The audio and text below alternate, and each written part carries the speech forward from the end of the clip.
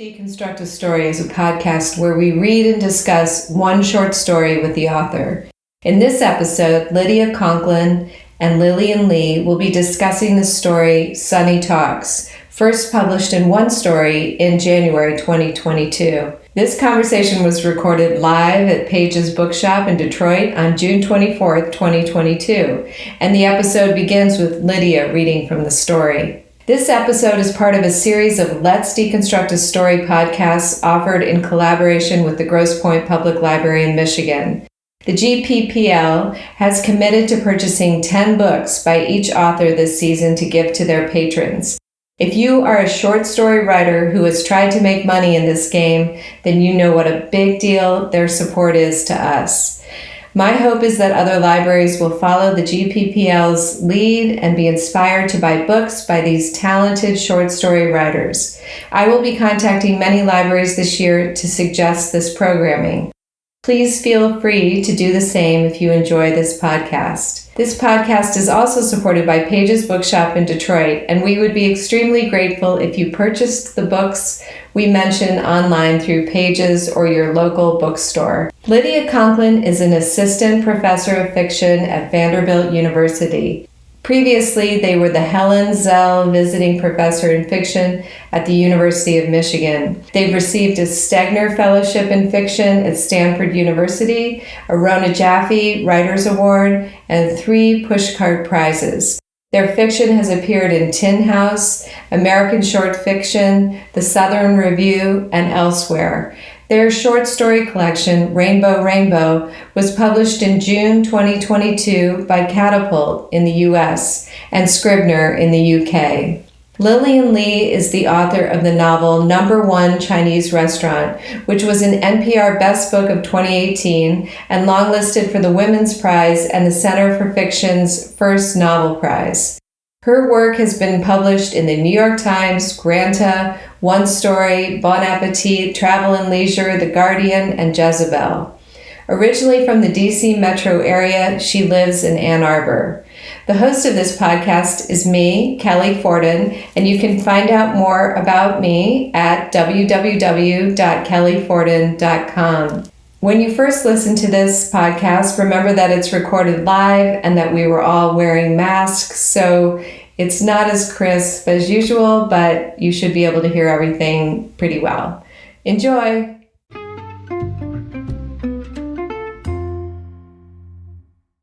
I guess I'll start by doing a short reading of 6.5 minutes, and then, and then we'll talk, and then if anybody has a question after, we can answer it. Okay, this is the beginning of a story called Sunny Talks. Hunched over my computer in my cubicle, I prepare for my nephew's visit by watching one of his YouTube videos. His backdrop is his bedroom, the walls painted black, centaur and mermaid posters freshly hung. His mascots, he calls them. He pops into the frame, flaunting his naked, scar-free chest. He's 15, but looks 10. His wrists are so frail, his shoulders so narrow, that I worry that he'll break his arms with his eager, sweeping gestures. His audience is 10 or 20,000 people who litter his page with rainbow emojis, kissing emojis, shining sun emojis, interrupted by trolls reminding him he's a damaged and mutilated female. Welcome to Sunny's channel. He rolls his eyes like everyone knows already. Sunny was always his name, so when people threaten to publish his real name, he has a laugh, thrusting his head back against the wall of his bedroom, which is beside my older sister's bedroom in their little house in Shrewsbury, though Sunny doesn't reveal where he dispatches from. He's learned from millennial elders on the platform, at least the basics of safe internet practices. He lifts the rabbit my sister bought him and holds it to the camera, pink pad swelling to blot out the screen. The rabbit died a few months after this video of nose cancer. My assistant, Sunny says, Almond Sr. He bounces the rabbit's haunches, pronouns they, them. He snorts. Almond Sr.'s non-binary. The rabbit's cute, cancer-filled nose presses against Sunny's cute little boy nose. So trendy now, aren't you? I pull back from the screen into the green light of the office. I've watched the video a dozen times, awaiting this moment, my breath so quick it's audible, perking my ears for Sunny's tone. Is the joke that the rabbit has an identity, or is the joke that the identity is non-binary? Sonny crops the frame at his waist as though he has hips to hide. He updates his perspective regularly on crucial queer Gen Z issues such as pansexuality, passing privilege, cisnormativity, he-him lesbians, PGPs, chasers, and demi-romanticism. He applies gel to his hair so it crests sweetly over his forehead, a neighbor boy from a 50s sitcom. I live hundreds of miles from Sonny now, but this evening my sister will drop him at my apartment in Trenton. Tomorrow, Sonny and I will attend a convention of trans YouTubers in Philadelphia.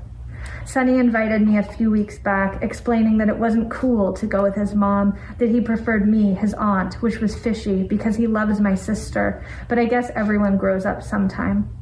Last week, he sent a video message of himself singing Streets of Philadelphia with a plastic bell, the crack drawn in Sharpie, nested in his soft disc of hair, and a portrait of Ben Franklin taped to the wall behind. I pat my blouse to absorb the sweat from my palms. Tonight I'll discuss my identity with Sonny, tell him what's been true my whole life, though only now is there language for it. I hate to burden a kid with my issues, but he's the only trans person I know.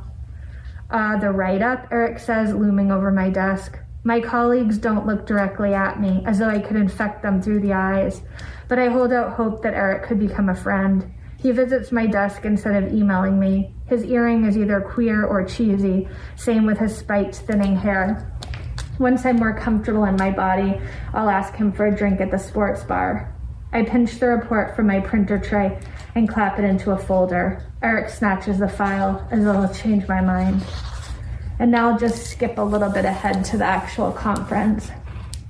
The conference is far enough outside the city that there aren't even sidewalks. We enter the massive bubble of a building under a double banner of the generic queer rainbow and the specialized trans rainbow. Doors all around the giant mushroom atrium discharge hip youngsters. Girls who still read as boys with hair swished into elegant updos, colt-like in their heels.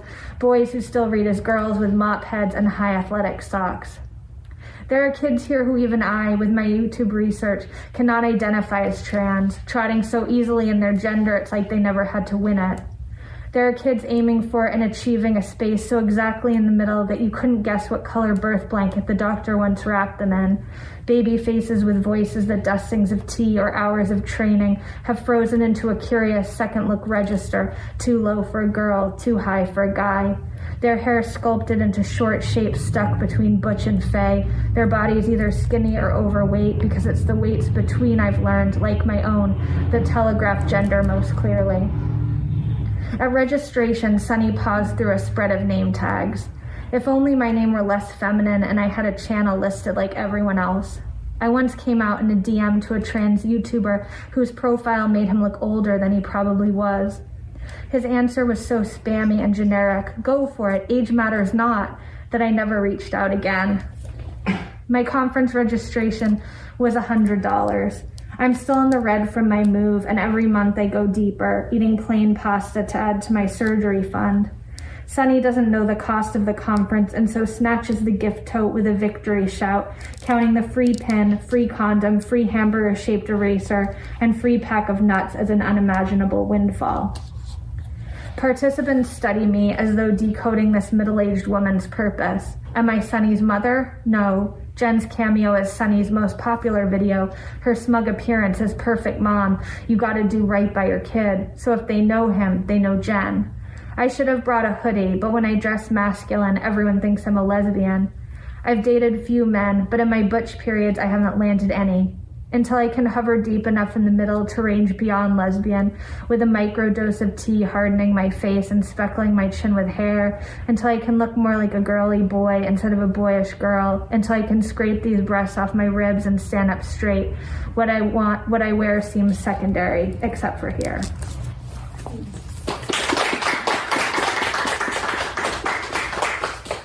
Thank you.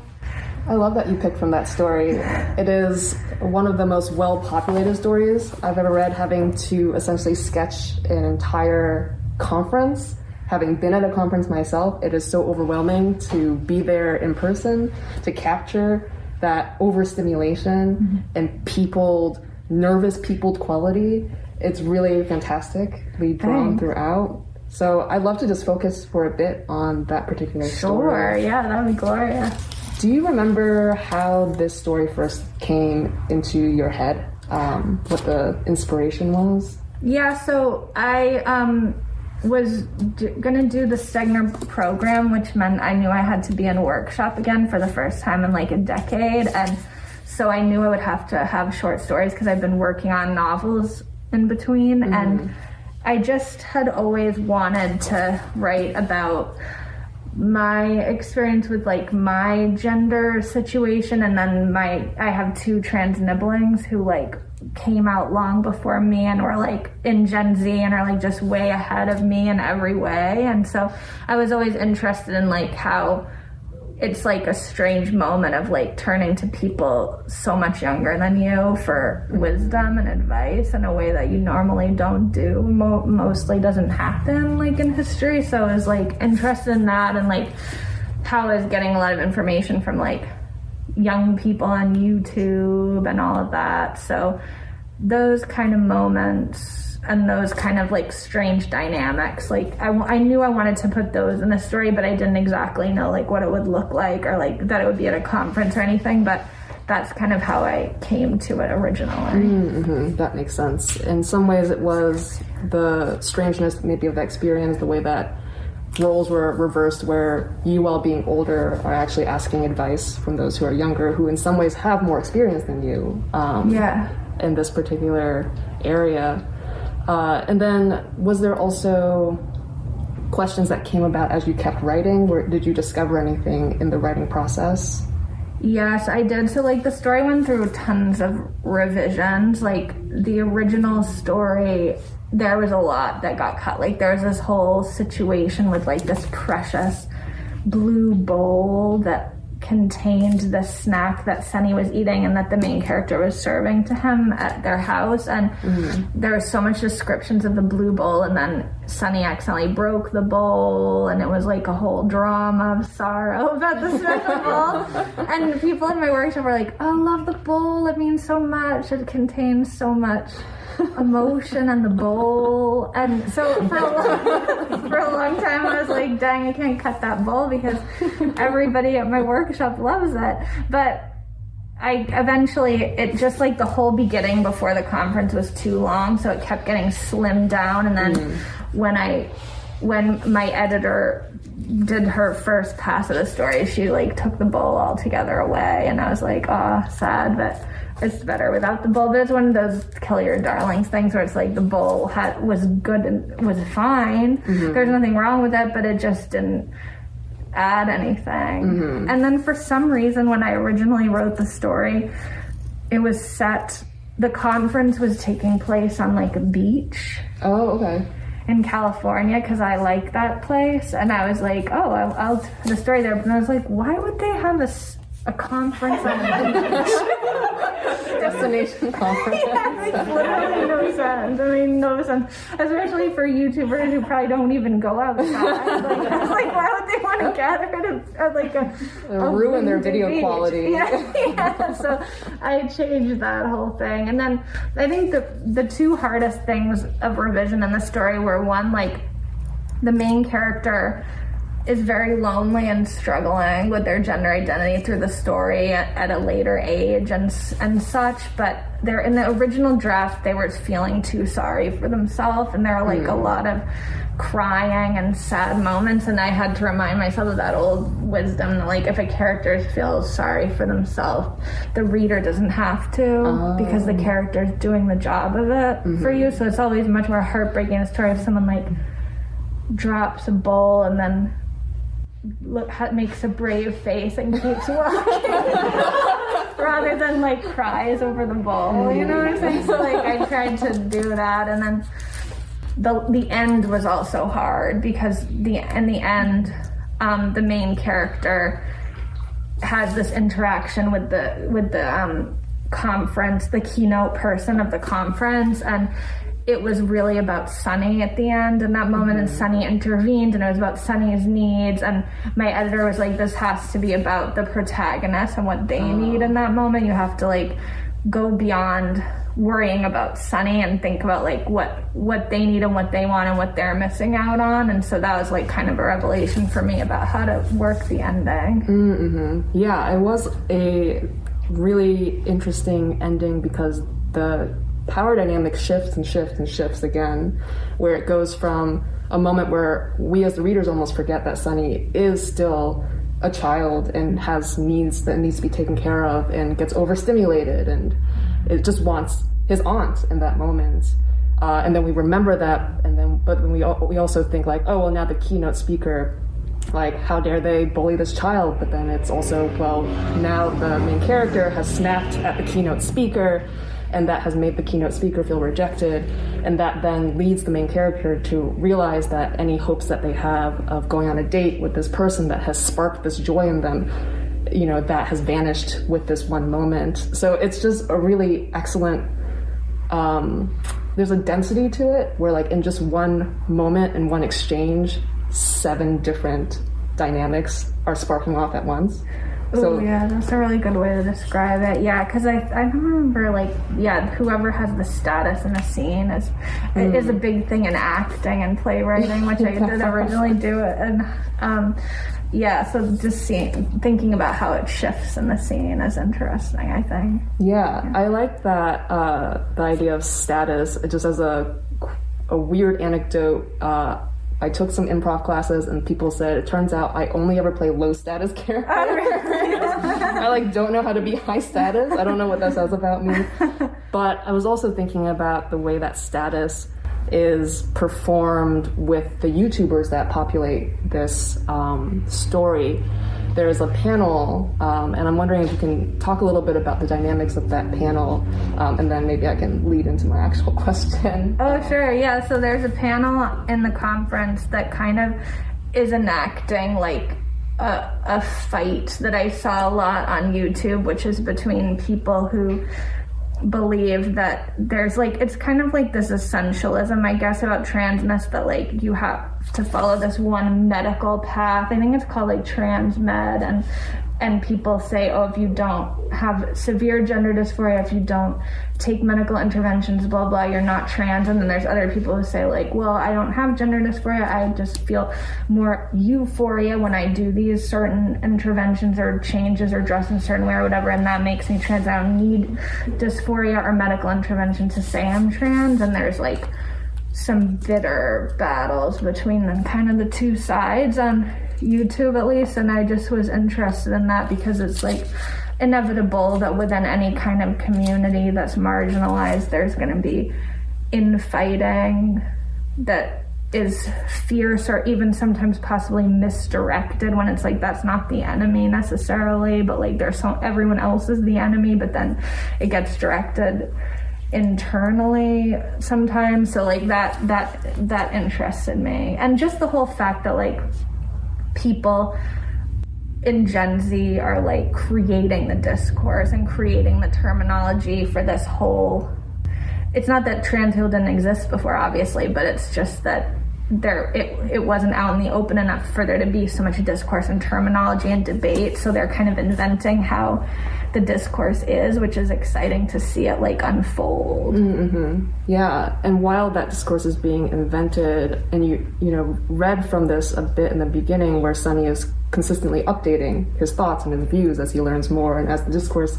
changes like from day to day, I think there is also an interesting instability to status and to who gets to be in the right moment, mm-hmm. moment by moment, so that in that panel scene, there is this debate, and then all of a sudden Sunny interrupts it to say, you know, stop picking on Wellcamp, the person who believes in gender euphoria. Like, you were just being unkind in that moment. And there's an interesting revelation for everybody in the room. People start applauding.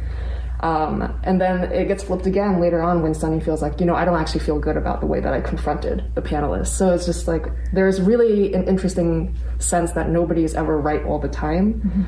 Mm-hmm. That also is undercut by the sense of, at any moment, I might end up hurting someone, or I might end up on the wrong side of a debate because things are constantly shifting. Totally, yeah. And I think it's interesting that like these kids, children, sometimes teenagers or young people who are on YouTube are like, you know, putting their views out there, and then a year later, 2 years later, it's like there's more enlightened thought on what was said, and it's like, oh, maybe I said something that was hurtful or damaging, and then they apologize. And it's just like interesting to see like a young person who's like putting, I mean, like, I'm just glad that there aren't videos of me saying my views on me from when I was like 14 or something like that, because it's like, who knows, it would be so embarrassing. But like they're actively changing, but also having this trail of like, I don't know, it's just interesting to see people's views shift in like real time, and have to correct and think about what they've said and apologize. It's like, it seems stressful and like a big burden on I don't know. Yeah, I think that makes a lot of sense. Another thing that was very interesting about this story was all the generations that were introduced in this one story. We have Gen Z, you mentioned the elder millennials, and then would you say that Lilia and Minzy are in like Gen X? Yeah.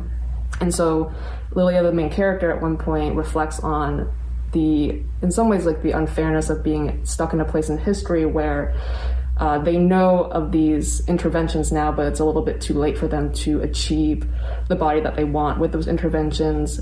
But they're also not in a place in history where they just were completely ignorant of those interventions. And so I wonder if you could speak a little bit more about how you think about a person's place in history with the story, but maybe with your other stories as well, since I saw that as a theme throughout. Oh yeah, well thanks. Yeah, that's a good point. Yeah, I was so interested in that moment because I think there was a certain moment that slightly passed because of all the horrific stuff that's going on now politically, where people would literally say to me, like straight people, like, it's no problem to be gay and trans, now it's all grand and easy. Like they would literally be saying that to me. It's like, you almost feel like somehow the culture is gaslighting you, because it's like you're walking around with all this trauma from the past, and then people are telling you, oh, but now it's fine, so just be okay with that. And it's like, well, everybody had a lot of trouble. It doesn't just go away, and it's not fine. It's like maybe much more fine in some ways, or more visible, but it doesn't mean that people aren't still like, you know, microaggressing on you constantly, or macroaggressing or whatever. So it's like, that was a weird cultural moment for me. Now it's like people are like, oh yeah, it's not fine. We understand now because it's more obviously not fine. But like, I was just interested in that moment, and yeah, like the fact of like the acceleration of possibilities open to people, and how like, yeah, like no one would even say the word trans when I was like in high school, but then now it's like there's medical interventions available in some places for kids that are much younger and have the vocabulary to say their gender identity and articulate it in a way that wouldn't even have been possible like in college for me. And it's like just not even that long ago that I felt like that I was a young person. So it's like that, seeing how fast things change, and that frustration of like, why couldn't I just have been a little younger and like been part of that, what's happening with young people now. But yeah, and I think your broader question, like I do think that history is very important in this book, or like what specific moment each story is in, because of how quickly things are changing, like I said, like how quickly the discourses change and what's possible changes, and how that pushes directly on the characters and like what they are free to do. So I really have to think about like, is this like before or after Trump was elected, or like what part of COVID is this story taking place in? Because it has such a direct ripple effect to what the characters would be talking about and even able to do and feel like able to do in the world. Totally, yeah. That makes sense. And I also saw that history, and especially local history, imbued the place that a couple of your stories were set in. So with Laramie Times, the first story there in, is it Montana? Wyoming. Yeah. Which is also the place where Matthew Shepard was murdered, and that the story of Matthew Shepard imbues the sense of the place and the sense of the relationship that the characters are in, the romantic relationship that they're in. And also with Pioneers, which is one of my favorite stories about an elementary school that has an Oregon Trail day in which the children go through like a replication of the Oregon Trail, and they're assigned characters that actually lived in Lexington, Massachusetts, where they are. I'm wondering if, you've also traveled a lot, and I wonder, do you like to know the history of a place? Does it shape your experience of a place to know what happened before you got there? Definitely, yeah. And like I moved 9 times in 12 years, so I've lived in many different strange places that are very, very different from each other. And yeah, like getting to know like what is like, especially the queer history of the place, like with, the story set in Poland. It doesn't get too much into the politics around queerness, but at the time I was living there, I don't know if this is still going on, but there were like certain towns that were like no one who is queer was allowed to live in that town, and stuff like strange things like that happening. So yeah, the history too, like with Laramie, like you mentioned, like that's a place that got so tied to one tragedy that happened there, like Columbine or something. Like the name of the town is just like inextricable from that tragedy, and so I was so interested in that. And then when I had this idea about Laramie and what had happened, and then when I went there, it was very different than I expected, and I heard this whole other story, which is in the book, of what the townspeople said happened with Matthew Shepard, and that really interested me, that there was like this other story that everyone in this town who had known both the killer and Matthew Shepard had this idea of what had happened that was not known in the media at all. So it was interesting to me how the local history was different from the national version. And did you go to Laramie in order to research this story, or it just so happened that you were passing through? No, I actually went a lot because I had 2 close friends there, so I just happened to be going there quite often. Not a place I would have expected I would spend a lot of time, but I did, and I really liked it. So I got to know it that way. And then when I was writing the story and I had to pick a place where the characters would go that was like so far from New York and outside of their life to make this big decision, I thought of Laramie. It's a place I knew well enough to write about it, and that had this interesting history that pertained to the story. Right, because without the local history, which, may I reveal it? Sure. Which is that the local people believe that Matthew Shepard was killed by his lover, and that it was not a hate crime, but an act of domestic violence. And that inflects the relationship that the characters had, this, which is, kind of a reflection and a really thinking through the violence that an intimate relationship that can inflect, that is different than one that a stranger could bring. And I wondered if that was something that if without that local history, would it have been a different story for you?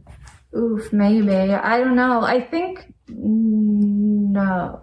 Maybe. That's hard to separate. Yeah, right. But I do think, that version like mirrored, what is going on, and like there's not violence between the characters, but like there's a terrible action that's inflicted, and so I think it somehow just fit into place. But I think without the history, the story still would have had to go that way inevitably, but it somehow had an echo by chance. That makes a lot of sense.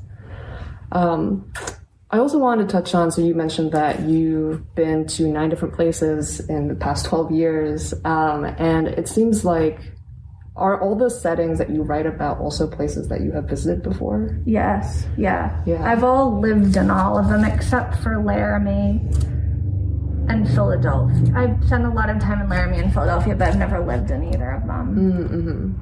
Do you find that there is something gained from writing about a setting that you are familiar with versus like picking something that you only know through maybe other fiction or other people?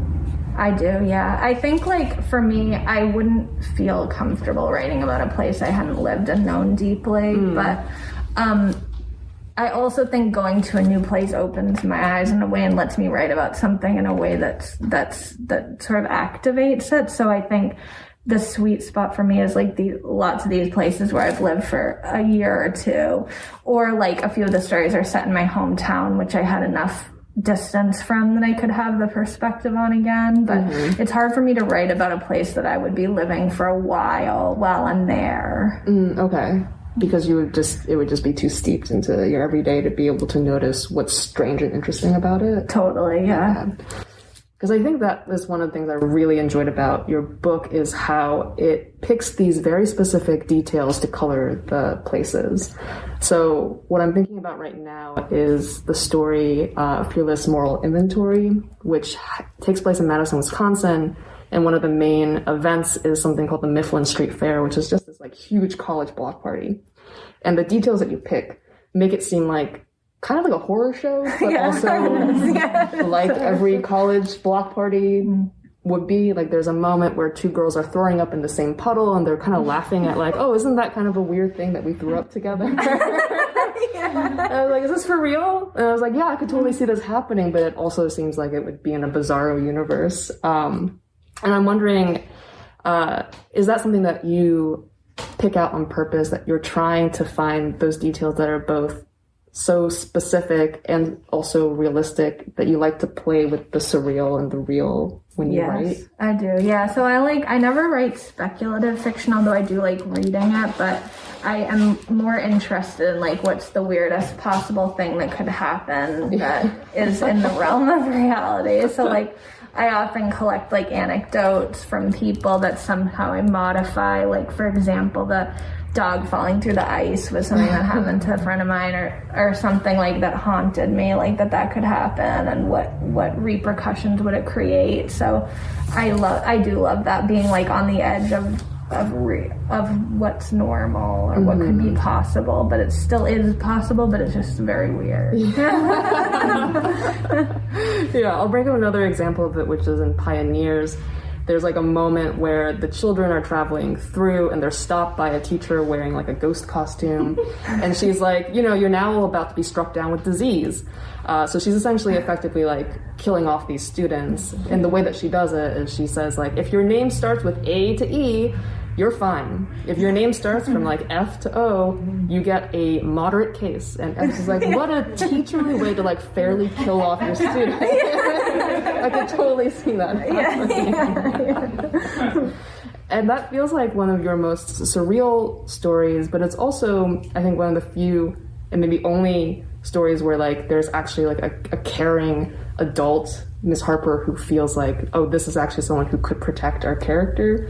A lot of the adults that are in your stories, when it's like children and adults, they kind of feel like the peanut character adults, or they're either strict and useless or they're lax and useless. And I was wondering how you were thinking about the dynamic between like being not an adult, interacting with the adults in the world. Was there something that you were trying to explore about how adults are not actually as the protectors of children that we think they are? Yeah, like I don't know if that was more of like a moment of my upbringing, and maybe it's different now. Maybe parents are more involved and supportive now. I have seen it, like for example, in the mom of Sunny, and Sunny Talks is supportive, although she has limitations too. But at the time of my growing up, it did feel like the adults would have no idea about any queer gender issue at all, and wouldn't be able to support and wouldn't even understand. I did want, like Miss Harper, who you mentioned, she does come close to being that, but then at the end, it's like she kind of misses what's going on, or like she can love Coco, but she can't actually help them move on to like what Coco needs to face. So I didn't want to have all the adults be totally useless, but I did want to show that like even in the most caring adult, there's going to be that limitation. Yeah, and I think that gets at this feeling throughout your stories of a coming of age, regardless of if the characters are like teenagers, who are typically what we think of when we're coming of age. Because I think throughout the stories, there's this sense of moving from not knowing to like knowing. And a lot of your characters stay in that space of they do already know something to be true, whether that their relationship is over, their friends are not their friends, or that their gender identity is not actually the identity that feels right for them. But they're also trying very hard not to know it. And I wonder what's interesting to you about that space of knowing and not knowing. Oh, yeah, that's a great question. And I think I am interested in this moment that I think happens to all queer people, where it's like you realize what's going on, but then there's like a time when you know it before you're ready to face it, and then maybe even more of a time before you're ready to like reveal it to anyone. So that space is really fascinating to me because of the tension there, and like knowing, like you're saying, but not being able to face it. And like the end of Pioneer, for me, that's the moment when Coco's like realizes they have to face it, that there's no going back, that they know it too well and too directly. But I think there is, for many people, a long time of being able to half know something or not look directly at it and avoid it, which, yes, several of the characters are in that space. And then what's also interesting is when they move into that space of knowing, I've noticed that a lot of your stories have this flash into the future, and sometimes it could even be like the imagined future, but there's a certainty to that imagined future. It's almost like once these characters admit what they've known all along, the rest of the path does open up to them in a way that was shrouded before, and there's this certainty, even if it's kind of terrifying. Yeah, totally. Yeah, like at the end of Laramie Time, when like the action I was referring to before, like it's a very disorderly way to respond to the situation in a cruel way and hurtful, but it is also successful at like getting the protagonist out of this relationship and propelling her into the next thing. So it's almost like a survival thing that's like, I just have to do anything to get out of this situation. So I think sometimes they know the way out. The characters know the way out, but they don't know how to do it gracefully. Yeah, that's a great way of putting it. And I'll open up to the audience in a moment, but I wanted to ask another question tied to, characters who know they want to make an action, but they're not quite sure of the right or the graceful way to do it. So sometimes they'll do something that's very hurtful, very misguided. I'm also thinking of Asher in Cheerful Until Next Time, who essentially tries to seduce somebody in his queer feminist book club with his ex-girlfriend's diary entry, and very, very misguided. But I feel for that decision throughout, and I wonder, as the author, you to a certain extent, you have to know that it is a misguided attempt. But I also wonder if you have to put blinders on, and you have to believe in Asher's choice, and think that is something that you might make yourself. How omnipotent are you, or all-knowing are you when you write characters who are about to make some very misguided choices?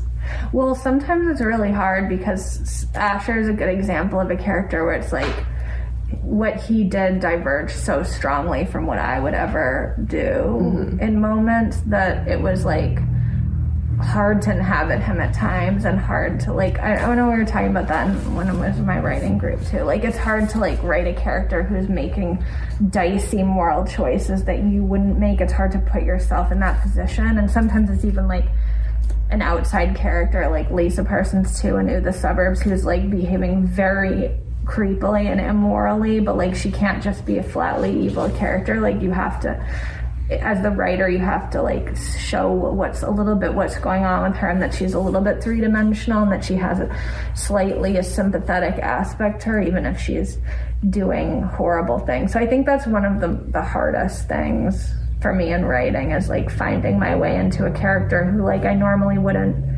sympathize with the actions of that person in real life. And is that something that you have to learn every time, or have you found some tricks and strategies? I feel like I do have to relearn it every time. The only thing that helps is sometimes like picturing someone I know and love who might do something like that, and then thinking about like, well, what would they do, and like, and then I can sort of find my way into it. That does sometimes help. Got it. That makes sense. So I'll check in with the audience and see if there's any questions, but if not, I have so many more.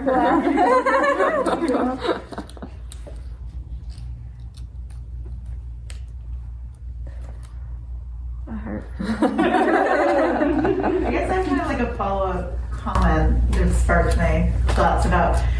I love the book so much, and I felt that way that Lillian was kind of talking about, almost like I was identifying with someone or empathizing with them, and then suddenly they would like do this terrible thing, and then it's like it sets you kind of off kilter as the reader, because you're like, well, especially with Laramie Time, where I feel like we really get the sympathy with the protagonist, right? And then all of a sudden, that kind of betrayal at the end felt really like, ooh, that's like, I don't know. So then I guess just my comment / question is like, that's so interesting. I enjoyed it. Like, I really enjoyed that feeling, or that like, it felt like a new thing kind of to me, like as a reader, like, ooh, wow, like they're really kind of have us on this roller coaster of like sympathizing, yet like drawing back, and then yeah. So I don't know if there's anything. I don't know. I think like I do think about that a lot, because I feel like it's always boring if some character is too good and just going through life doing the good right things and the boring things we do every day. So I think we do like reading about characters who do sort of brave, exciting, and sometimes cruel things that we wouldn't do, because it's like, well, how would that play out? I don't know, because I wouldn't do it myself, and I can watch somebody else do it. I think that's part of it, for me anyway. Mm-hmm. Do you have a sense of where that line is, where you can like, you know where the reader is feeling as you are walking them through the story, or is that something that you need feedback from other people to tell you? It helps to have feedback, because like, I don't know, like the things that upset people are not the things I would expect sometimes. Yeah. Like the one most upsetting thing in this book for people is the dog dying, and I'm like, people do really messed up stuff. Why is that the thing that upsets people? But I guess people love animals, but it just, that surprised me, because it's not very graphically rendered even, and it's not even taking up much page space, but people were sad about it.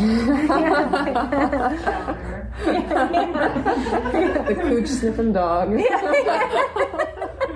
not even like a nice dog. He's not a good dog. He's not a good